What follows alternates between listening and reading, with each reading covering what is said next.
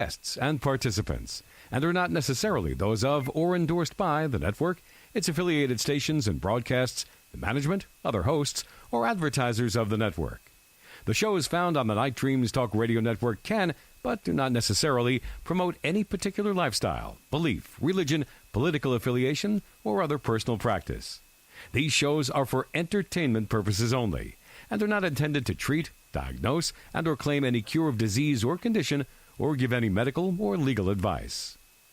Eric Cooper, S-4 Radio, on Night Dreams Talk Radio Network, gets deep into the paranormal. Good evening or morning, depending where you are, and welcome to S-4, the voice of Forest Moon Paranormal, coming to you live from FMP headquarters in the heart of the Cascade Mountains. In Concrete, Washington, FMP is a highly active emergency response team for all aspects of the paranormal, from aggressive hauntings to alien interactions, Bigfoot and other cryptids, and everything in between that's terrifying. S4 is the voice where we discuss these things in detail. Not only can you find S4 right here on Night Dreams Talk Radio, but for our local listeners, also on KSVU 90.1 FM from 10 to 12 p.m. Saturdays with pre-recorded shows. So, folks, tonight, it's the 9th of March already. We're talking children in the paranormal. When is it overactive imagination, and when is it paranormal? And we'll discuss a few other topics about children involving paranormal issues. So tonight with us, we have Cole Wegleitner, our FMP lore and culture research specialist and owner of Statement of Sound DJ Services, Francie Miller, our FMP therapist. We're going to be working on getting Chris Dodge and Dred Osborne, our extended care team in, and Haley, our peer support team, Brent Dodge, our astral team, and Michael Hall, our paranormal lawyer and leader of UFOI team. So, Francie, while I'm working on getting the rest of the team here in, could you go ahead and tell us a little bit about your background as far as the psychiatric field goes? Sure. I have training in, well, I've got a undergrad degree in psychology, and then I've got a master's degree in mental health counseling, and I have been working in the psychiatric field for, well, probably 25 years or so. And I switched over later in my career to more legal kinds of stuff, but I worked in inpatient psych units, and I did outpatient work. I've got a big, long history of like working with crisis intervention and that kind of thing. And I've got we're talking about kids. That's not my really area of expertise, so I did some research. Well, you know, psychiatric to me is psychiatric. I mean, yes, there are different kids' issues, but when it comes to the paranormal, you're dealing with, other than the fact that the kids are more open, I think you're dealing with a lot of a lot of similar areas. Mm-hmm. I think so too. Yeah, I think you're right. I think though I think it's important to think about the kids' developmental. You know, there was a researcher and a psychology person called Piaget. He was the one that did all of the developmental levels, and that was the basis of the Montessori program. They used his work. He talked about, you know, the level of their development and what they're capable of. And I think, you know, when we're talking about kids, we want to, you know, take that into consideration.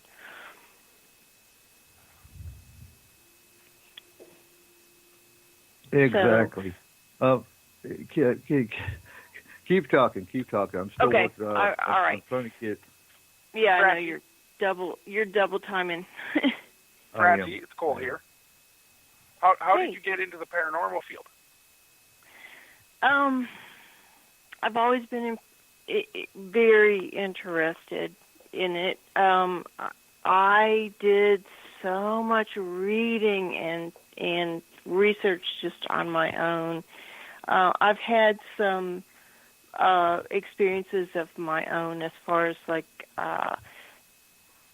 ghosts. I lived in a haunted house at one point. So it's always been an interest. And as I kind of got away from the more clinical psychology, Hi.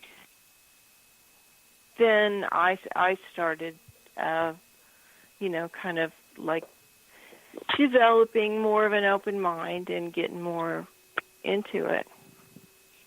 Okay.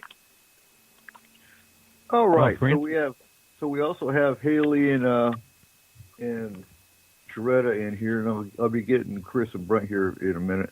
I just want to say though, real quick. Hi, guys. So Haley, real quick, she's also never been on the show. Neither is Francie. And Haley is 13. She is on our team.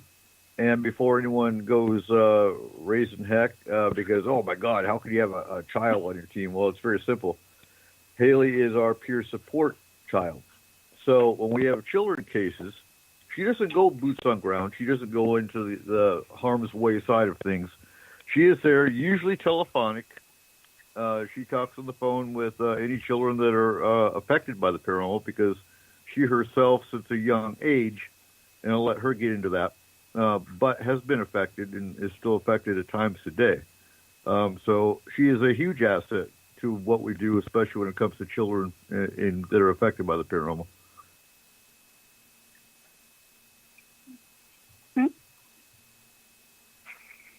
So, Hi, Haley. real quick, Haley, go ahead and introduce yourself a little bit and tell us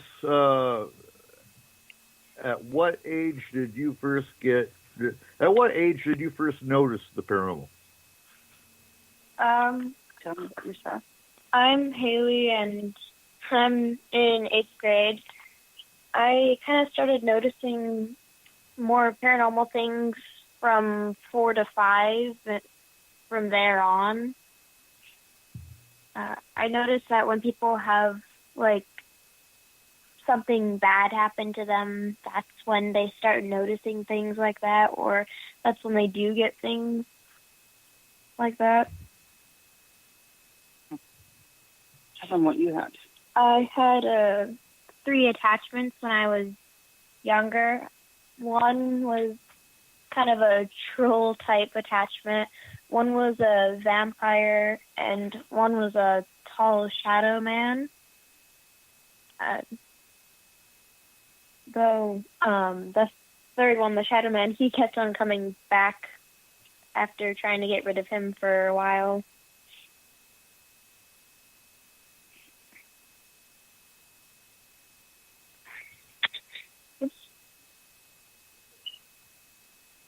Eric, you still here?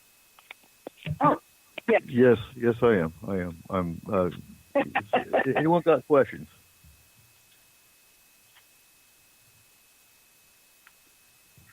Well, I have a question. This is Michael. And hi, Francie. I haven't talked with you yet on the show, but I would really be interested to see how a psychologist dealt with a haunted house when you were living there. You might want to tell us about some of those stories. Well, that happened a long time ago when I was just newly married. We moved into a place that was empty. It was we just graduated from college and we moved to the country. We were gonna go back to the land. That was a long time ago, and so we moved into this house, and it had been just sitting empty, and we talked the owner into letting us move into it. So we moved into it, and my husband had to go for training, so he had to leave and stay in a motel, in another town. And so I was there all by myself. And I had just started a job at the local drugstore. I was a cashier. And I also had a stained glass art studio in this old house. So I was doing that part-time. So I made friends with some of the other people that I was working with, and I kind of didn't really share a whole lot about where I lived or anything because I was just new to the area. So I was in this house by myself, and I was still moving in, carrying boxes upstairs, and I had a German Shepherd pup, and she wouldn't go upstairs.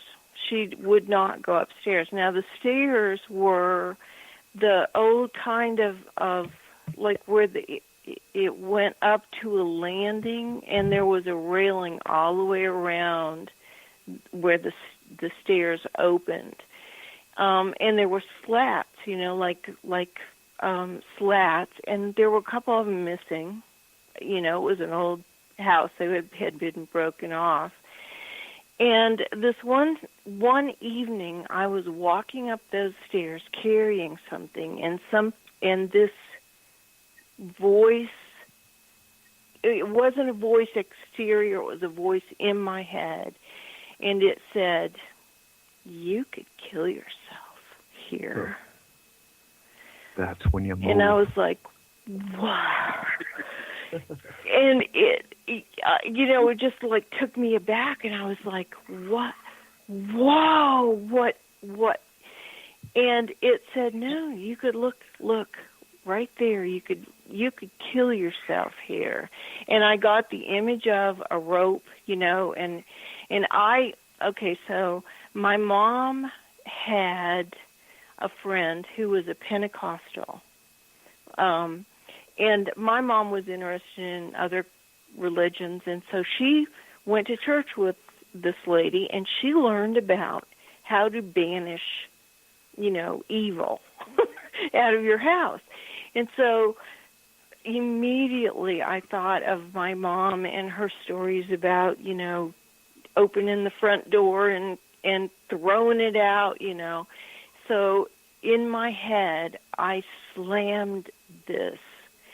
I just pushed, and I've learned a whole lot more as I've gotten older about what I did than just kind of off the cuff. But I pushed at this thing, and I said, get out,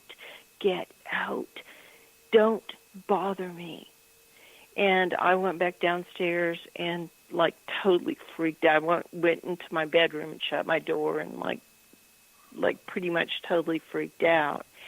And then I felt that energy a couple of different times, but it never spoke to me again. And so then about a month later or so, I was talking to my friends that I'd made better friends at work, and they said, "Where exactly do you live?" And I explained to them where the house was, and they were like, "Oh." And one of the girls said that's a house that's in my family. It's been empty for a long time. And I said, "Don't tell me anymore.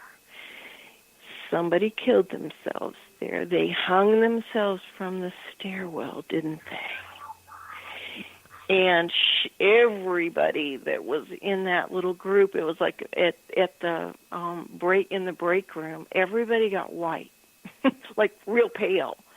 And it was her uncle. Her uncle had killed himself by hanging himself there. Francie, Wow. was that a male voice that you heard, or was it a female voice? It was a male voice. Oh my gosh! And very sinister, Mm-hmm. Kind of makes you wonder whether it was the uncle or whether it was an entity